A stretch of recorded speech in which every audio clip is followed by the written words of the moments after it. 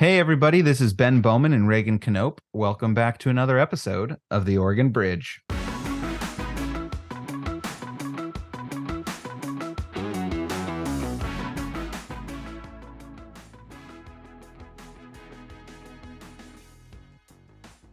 All right, folks. Reagan and I are recording this episode on the weekend after Thanksgiving. We decided to give potential guests a holiday break to rest and recharge. And so this podcast is basically us just saying thank you to our listeners and our viewers. We were looking at the numbers just before we started recording, and we are rapidly approaching 50,000 total views and downloads across all platforms, which is pretty amazing. And more than I expected us to get to for such a niche podcast with a finite audience of potential interested listeners. So we just want to say thank you all for your support and for continuing to listen and share and engage with us on the pod. Reagan, any words of gratitude you want to share? We are very appreciative to the listeners, although Ben's definition of rapidly comes from the only place that he knows, which is government. And so we're moving as rapidly as maybe a government entity would in reaching that 50,000, but you never know. No, it's been really fun. I've enjoyed kind of joining the podcast and now really feeling like I am a true co-host. And I haven't calculated yet, but I'm certain someday soon we'll eclipse the number of episodes that Alex has hosted and really just purge him from the memory. I was going to say, when I said rapidly, what I meant is rapidly post Alex Titus exit. That is when we've seen the true acceleration. So let that, I guess we'll find out if Alex still listens to the podcasts if we get a snarky text from him after this episode launches. That's very true. Ben, how's your Thanksgiving? Do you have a good Thanksgiving? Thanksgiving was great. A lot of delicious food. Spent the time with family.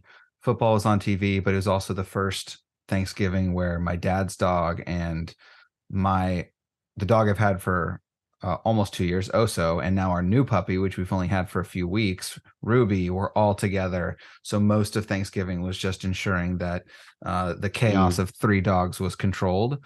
Yep. But potentially good preparation for having children someday, which I'm guessing was a lot of your Thanksgiving. Yes, we actually got a dog before we had children too, and it is some useful preparation, but they still can't. Getting a puppy is more like we picked up a puppy a couple years ago for my in-laws, and taking care of that puppy for 3 days was much more like having kids than taking care of a more full-grown dog or even just a younger dog. Yes, our Thanksgiving was smallish because we had some sickness going around. We didn't want to spread it too far, but it was still good. And we hosted at our ranch, and it was a good time, even though and really the weather wasn't too terrible. And yes, we also had the football going as well. And I'm watching the rest of my fantasy scores wrap up today as I am delivering multiple victories in multiple leagues.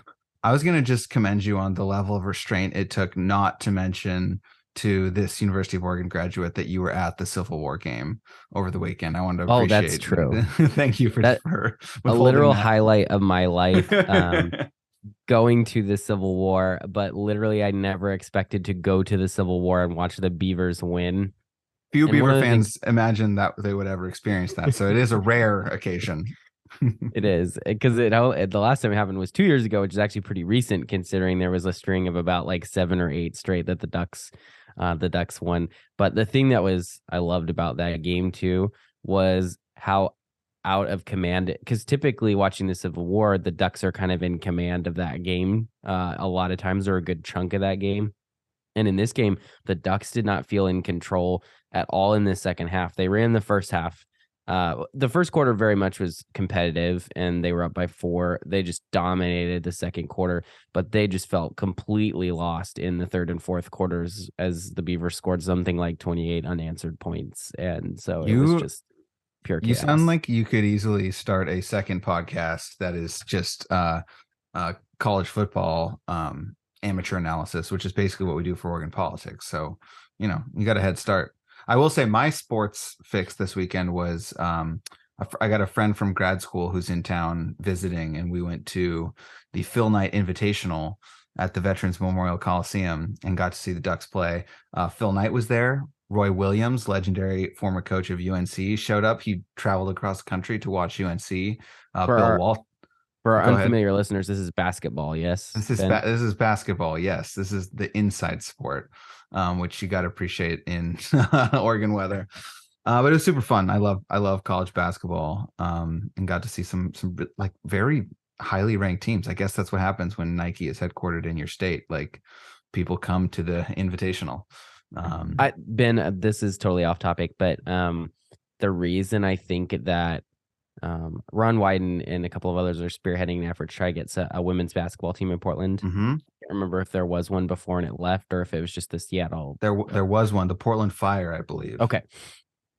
And I think it's one of the reasons it's most likely the fact that it's an indoor sport is the number one reason it is more likely to be successful than the effort to get a Major League Baseball franchise here in Oregon. Certainly you can build a covered stadium or one with a retractable roof, but it just seems a lot easier to be like, here's an indoor sport, so it doesn't matter what the weather is outside. Whereas with baseball, that's just not true typically. I will say what used to be Safeco Field, I don't even know what it's called anymore, It has a bad name. They all have bad names now, Ben. Closable dome, which Yep. would be a nice design for a Portland baseball stadium. I agree with that. I've live fact checked. The Portland Fire were a professional women's basketball team in the WNBA from the year 2000 to 2002. Very short-lived. Which, speaking of women's professional sports, also as seen in this week's Liftoff, Willamette Week has an excellent article about how Merritt Paulson is feeling out selling the Portland Thorns, the women's soccer team, but not the Portland Timbers, the men's soccer team. Right now, he owns both of those teams. We still need to have a sports episode on the Oregon Bridge. Ben, my number one analysis on that move is it's very sexist. And that, yes, we should. We need to find a good guest and have an all sports episode, and we'll call it the Oregon Face Mask. So I don't think we'll name it. We'll just have a guest. Okay, but sorry. I do want to read an excerpt from the Willamette Week piece. This is a Willamette Week sentence that I thought was like very sharp, very biting, I should say. Merritt Paulson is betting that a sale of the Thorns to a group of women would take the heat off of him as owner and allow him to keep the Timbers, the stadium deal, and media rights. That's their analysis of what's going on.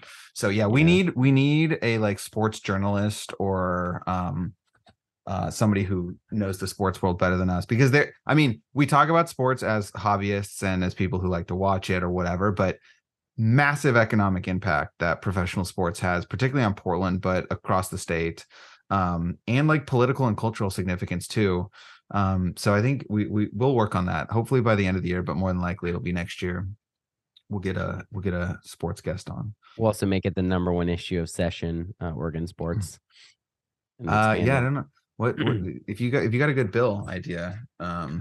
Live chat, live response also here. T-Mobile Park is the name of the current name or / sponsorship of Safeco Field. And it's important that you do not confuse it with T-Mobile Arena in Las Vegas. T-Mobile has too much money is what that tells me. Yes. Second of all, my friend I mentioned who's from out of town, I kept saying that we were going near the Rose Garden when he was in town, which it hasn't been the Rose Garden for like, I don't know, 10 years. It's the Moda Center now, right? Or is that different? It is. No, it's the Moda Center. It used to be the Rose Garden, but like whatever the arena names were when I was like 12 is what will forever be ingrained in my mind. That's my problem too. So for baseball, I'll say this openly to much to the chagrin of my many Chicago family members. The White Sox are very bad. And if Oregon has a baseball team, I will convert. I will not convert for a California team. I would never convert to a team based in Washington State, the 50th worst state or number one worst state, however you want to do it, in the country. 50th worst state would make them the best state, Reagan. I realized that as I was saying it, Ben, and that's why I had to fix it. Yes, I would never convert and be a fan of a Washington team. I think that's just horrible, honestly, for the Oregon-Washington states rivalry. But I would convert to being a Portland fan. And the White Sox stadium when I was growing up was US Cellular Field. Remember when US Cellular was a wireless carrier, and now it is called Guaranteed Rate Field. And I just think that US Cellular Field is a way better name than Guaranteed Rate Field. Just I bad. mean, both of those are just, this is like, I also have a thing where I really don't love the like corporate advertising on the jerseys and then people wearing those around. It's just like, it drives me absolutely nuts. Like apparently that's been a thing everywhere else for a while, and it like just came to America within the last few years. At least you mean like corporate logos on jerseys, like yeah, sponsors? Like on the official jersey, it's like it doesn't say Portland Timbers, it says Alaska Airlines. It doesn't say Portland Trailblazers, it says, well, it does say Portland Trail, but it's also got like some patch of a. Did you not know this? I haven't seen these yet. I was aware that was common in NASCAR, obviously, but I hadn't seen these yet. Yeah, on the Portland Timbers, it literally says Alaska Airlines on the front. That's their title sponsor, which I actually like Alaska Airlines as a sponsor more than I like some of these. Like some of them, didn't like the FTX own stadium rights in Florida or something? That sounds exactly like something that would occur. Yeah. Oh, are these the exact? But I guess my question is, I'm looking at these Portland Timbers jerseys that mostly have their logo in the top left and then the Alaska Airlines in the center. Is that what they wear in the stadiums though? Yeah. See, so baseball and football jerseys don't look like this though. No, so this is primarily a soccer problem. Well, I think that just started in the NBA. Portland Trail. Listeners, we apologize. This is our least researched, least prepared episode, but it's Thanksgiving weekend. We want to do something casual, and we're going where the world takes us. Yeah. So on the Portland Trailblazers jersey, it says Portland across the chest, Nike swoosh on one side, which is who makes the jersey, obviously. And then Storm X is the logo on like the other side above the Portland name. That's not what I'm seeing in their official store. So Storm X is a crypto company. Well, we've done crypto episodes. We've done several crypto episodes. We'll do some sports for the people. Do you think we could book Sam Bankman-Fried on the podcast? I don't think we could. I'm not sure. I'm not sure. I don't have an in with Sam Bankman-Fried. This is just to give you guys a window into what we do. I'm gonna reach out. I think I'm just gonna cold email like somebody who does sports at the Oregonian and just see if we can get them on. That's actually a really good idea. We've talked to Mike Rogaway before. Alex and I did. He's more of a business reporter. Anyway, but I'm more interested in we're more interested in the business and logistics of it from our perspective than we are in the actual things that take place in the field. Yeah, so that's fair. We'll figure out a guest there. I will say we won't say the name of this person, but a short teaser, and then we probably should wrap this thing up before we continue to spiral away. I am very excited about it. Won't be our next guest, but it will be our guest shortly thereafter. I think this is officially the earliest I've put together a show outline for an episode, partially because of like nervousness, partially because of excitement. This is a Reagan Knope booking. Great work, sir. But something to look forward to for listeners. This is a very, very prominent and important figure in the last, what would you say, 20 plus years of Oregon politics? Yeah, I'd say safely the last 20 years. Yeah. So you'll see who we mean soon. But yeah, I think in closing, we'll just reiterate our gratitude to our listeners for supporting this little project that we have going. And Reagan, I will say to you in all seriousness, I think it is very cool that we're able to have conversations like this where we clearly disagree on a lot of things. We do agree on some things, but not a lot of places in the political world where I would say good faith conversations aimed at finding agreement and alignment rather than just the things we disagree about. There's not a lot of those conversations. So I'm grateful that we're able to do this on this podcast. Thanks, you too, Ben. And I would say that society, I think, is less and less comfortable having conversations. We're not in the same location, but we're doing it face to face. voice to voice as opposed to behind a keyboard. And I think that's healthy. I think having more face-to-face conversations like this, they can be remote, is healthy. And it's something that our society is lacking more of, and it makes us worse at politics, which is really, it's just, I think about it as the art of persuasion. I think of more so. I mean, I guess it is self-government and all that stuff too, but ultimately that's all you're trying to do is persuade enough people to think something differently so that something changes. And so we have to get better at learning how to persuade people, and we're increasingly worse at that as a society, I think, ultimately, both because we want to be persuaded less and because we lack the skills to persuade other people. And that's, a perfect example of that is before we went live today, you were saying how I persuaded you to vote for Tina Kotek for governor. And I think that's a perfect example of what we're talking about, right, Reagan? That is not at all a conversation we ever had. And you will That's be a hearing, joke. That was an Alex from my Titus lawyer. joke. You're not going to represent yourself in court.